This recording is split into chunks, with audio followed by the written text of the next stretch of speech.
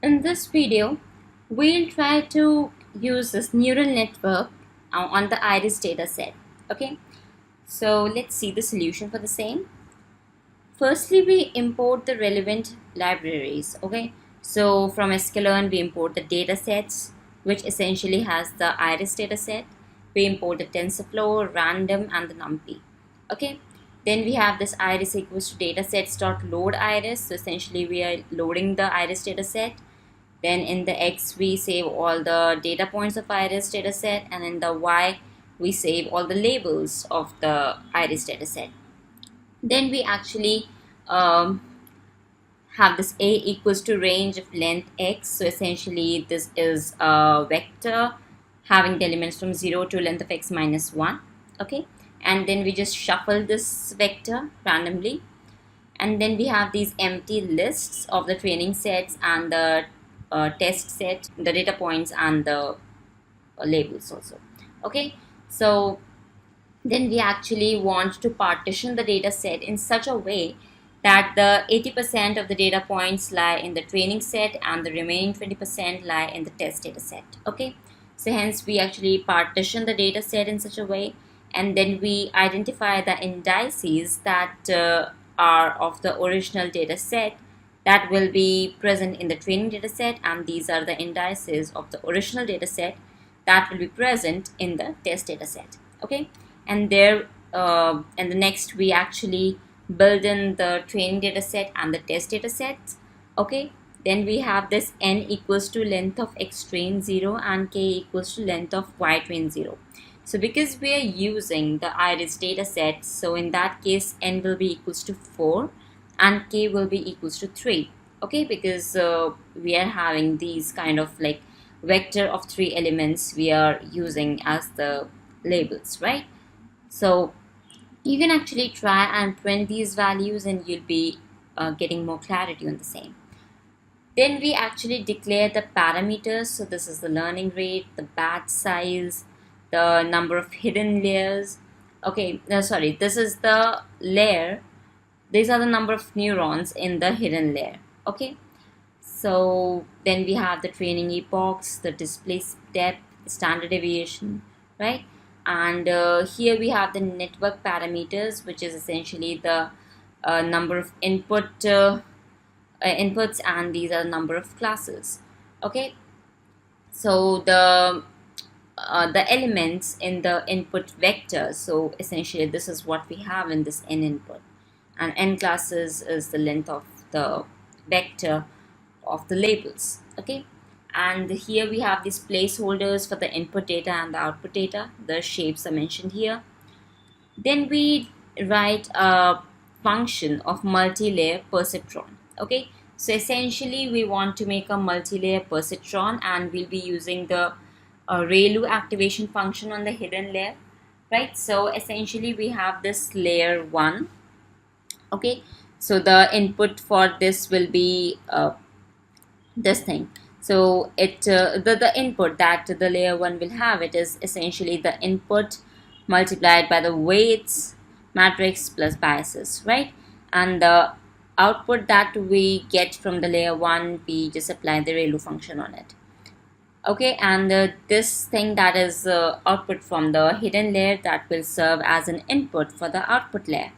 Okay, so we have this thing written over here, right? So it is essentially the output of the layer 1 after the ReLU activation function has been applied, multiplied by the weights matrix for the layer for the hidden layer. Okay, and then this is the biases.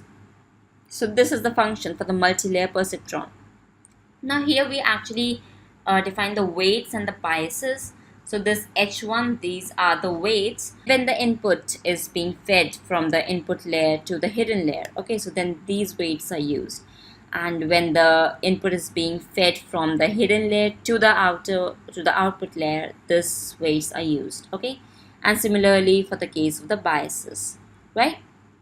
So now you actually construct the model. So we have this spread equals to multi-layer perceptron, and then we have all the relevant parameters to this function. Okay, and then we define the cost function, which is essentially written over here. Okay, so we have this softmax cross entropy with logics is what we're using for the cost function.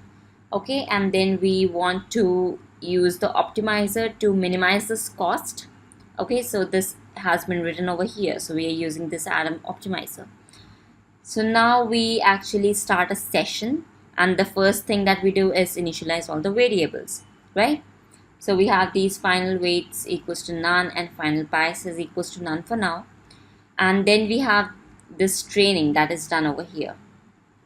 Okay, so in the training we actually just do it in epochs, right? So we just don't train the entire data set at once, so we just do it in epochs. So hence these are the batches that are being made for training. Okay, and then we just do the training. So you can see that we have just ses.run optimizer, cost, weights, biases and all. Okay, and then we have this feed dictionary, which is essentially the batch X and the batch I, right? So within the same epoch also the training is happening in several batches. So these batches are made over here and these are fed to the feed dictionary over here. Okay, then we find the average loss, and basically we have to see that if our average loss is actually reducing over time, right? And then we just display the epoch number and the average cost, right? So after all this training has been done, then we actually get the final weights and the final biases, right? So this is what we get after the entire training is completed.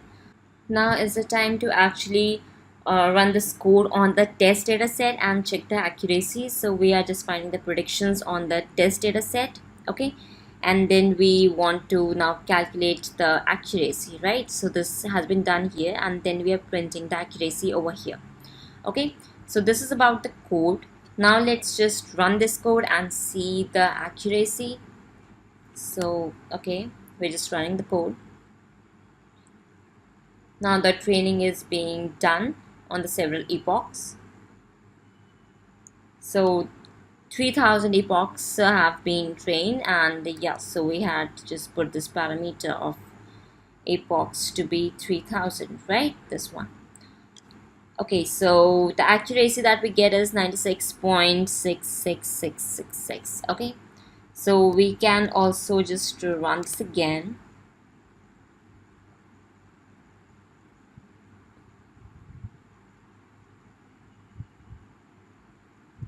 Now this time we get the accuracy of 93.33%, and if we just run it again,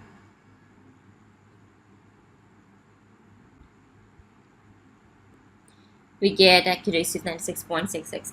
Okay, so the thing is that you can see that there can be varying accuracies every time. So what you want to do is that you can just average out the accuracies that you get after say 20 times you run this algorithm. Okay, and then you'll be able to predict better that how will this algorithm actually work on a real data.